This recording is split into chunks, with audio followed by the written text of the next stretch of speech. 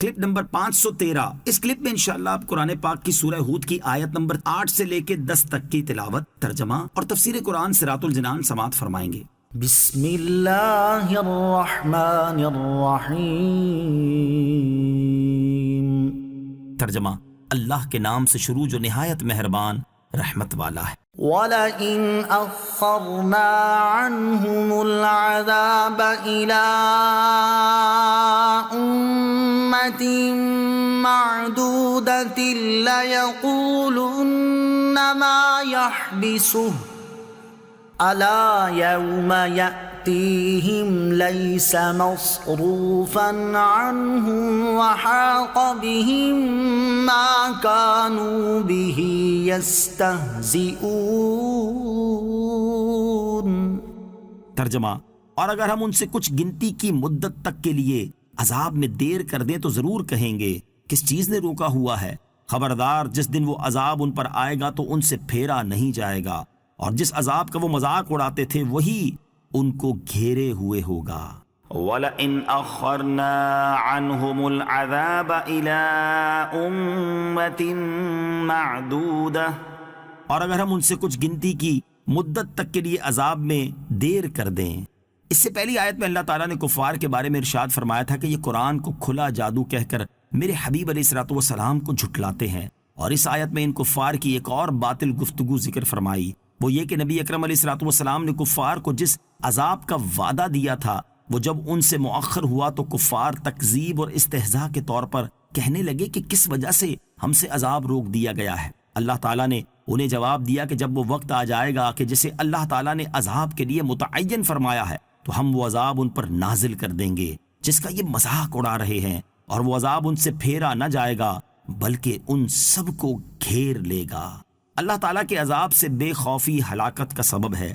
اس آیت سے معلوم ہوا کہ دنیا میں اللہ تعالیٰ کے عذاب سے بے خوف ہونا ہلاکت کا سبب ہے، اس لیے ہر عقل مند انسان پر لازم ہے کہ وہ اللہ تعالیٰ کی نافرمانی کرنے سے ڈرتا رہے اور اس کے عذاب سے کبھی بے خوف نہ ہو۔ حضرت ابو ہریرہ رضی اللہ تعالیٰ عنہ سے روایت ہے، رسول کریم علیہ الصلوۃ والسلام نے فرمایا، اللہ تعالیٰ ارشاد فرماتا ہے، میری عزت کی قسم میں اپنے کسی بندے پر نہ 2 خوف جمع کروں گا اور نہ 2 امن جمع کروں گا۔ اگر وہ دنیا میں مجھ سے ڈرے گا تو میں قیامت کے دن اسے امن دوں گا، اور اگر وہ دنیا میں مجھ سے امن میں رہے گا تو میں قیامت کے دن اسے خوف میں مبتلا کر دوں گا۔ ہمارے اسلاف اللہ تعالیٰ کی نافرمانی سے انتہائی دور اور اس کی اطاعت و فرما برداری میں بے حد مصروف رہنے کے باوجود اللہ تعالیٰ کی ناراضی اور اس کے عذاب سے بہت ڈرا کرتے تھے۔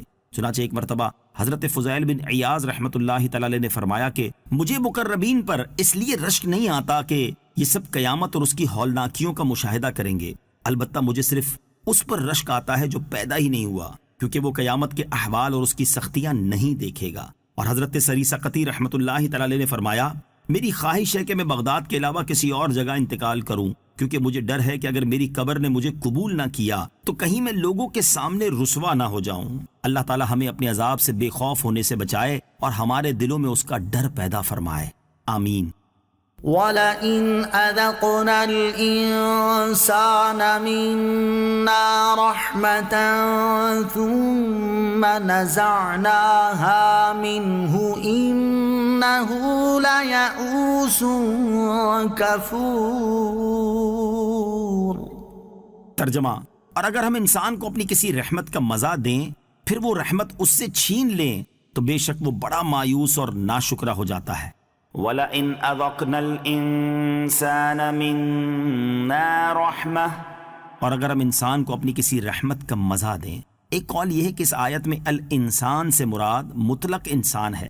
پھر آیت نمبر 11 میں اس سے صبر کرنے والے اور نیک مسلمانوں کا استثناء فرمایا۔ اس سے ثابت ہوتا ہے کہ آیت میں مذکور الانسان میں مومن اور کافر دونوں داخل ہیں۔ دوسرا قول یہ ہے کہ الانسان سے کافر انسان مراد ہے۔ اس آیت کا خلاصہ یہ ہے کہ اگر ہم انسان کو اپنی کسی رحمت کا مزہ چکھائیں اور صحت، امن اور وسعت رزق اور دولت عطا کریں، پھر یہ سب اس سے چھین لیں اور اسے مصائب میں مبتلا کر دیں تو بے شک وہ دوبارہ اس نعمت کے پانے سے مایوس ہو جاتا ہے اور اللہ عز و جل کے فضل سے اپنی امید ختم کر لیتا ہے اور صبر و رضا پر ثابت قدم نہیں رہتا اور گزشتہ نعمت کی ناشکری کرتا ہے۔ وَلَئِنْ أَذَقْنَاهُ نَعْمَاءَ بَعْدَ ضَرَّاءَ مسته ليقولن ذهب السيئات عني إنه لفرح فخور۔ ترجمہ، اور اگر ہم مصیبت کے بعد جو اسے پہنچی ہو اسے نعمت کا مزہ دیں تو ضرور کہے گا کہ برائیاں مجھ سے دور ہو گئیں۔ بے شک وہ اس وقت بہت خوش ہونے والا، فخر و تکبر کرنے والا ہو جاتا ہے۔ وَلَئِنْ أَذَقْنَاهُ نَعْمَاءَ بَعْدَ ضَرَّاءَ مَسَّتْهُ، اور اگر ہم کسی مصیبت کے بعد جو اسے پہنچی ہو اسے نعمت کا مزہ دیں۔ آیت کا خلاصہ یہ ہے کہ اگر ہم انسان کو اس مصیبت کے بعد جو اسے پہنچی ہو نعمت کا مزہ چکھائیں، اور بیماری کے بعد صحت، تنگی کے بعد آسانی اور فقیری کے بعد مال و دولت کی وسعت عطا کریں، تو ایسا بندہ یہ تو کہتا ہے کہ جو مصیبتیں مجھے پہنچی وہ اب مجھ سے دور ہو گئیں، لیکن اس وقت شکر گزار ہونے اور حق نعمت ادا کرنے کے بجائے وہ خوشی میں پھولتا پھرتا ہے، اور ان نعمتوں کے ملنے کی وجہ سے فخر و تکبر میں مبتلا ہو جاتا ہے۔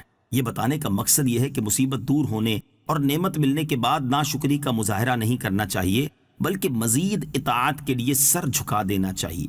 شیخی کی خوشی منع اور شکریہ کی خوشی عبادت ہے۔ اس آیت سے یہ بھی معلوم ہوا کہ شیخی کی خوشی منع ہے جبکہ شکریہ کی خوشی عبادت ہے۔ اللہ عز و جل فرماتا ہے، قُلْ بِفَضْلِ اللَّهِ وَبِرَحْمَتِهِ فَبِذَلِكَ فَلْيَفْرَحُوا۔ ترجمہ، تم فرماؤ اللہ کے فضل اور اس کی رحمت پر ہی خوشی منانی چاہیے۔ مذکورہ بالا دونوں خوشیوں میں فرق کی وجہ یہ ہے کہ شیخی کی خوشی میں نظر اپنی ذات پر ہوتی ہے اور شکریہ میں توجہ رب کریم عز و جل کی طرف ہوتی ہے۔ نیز شیخی غفلت پیدا کرتی ہے اور شکریہ کی خوشی جذبہ اطاعت پیدا کرتی ہے۔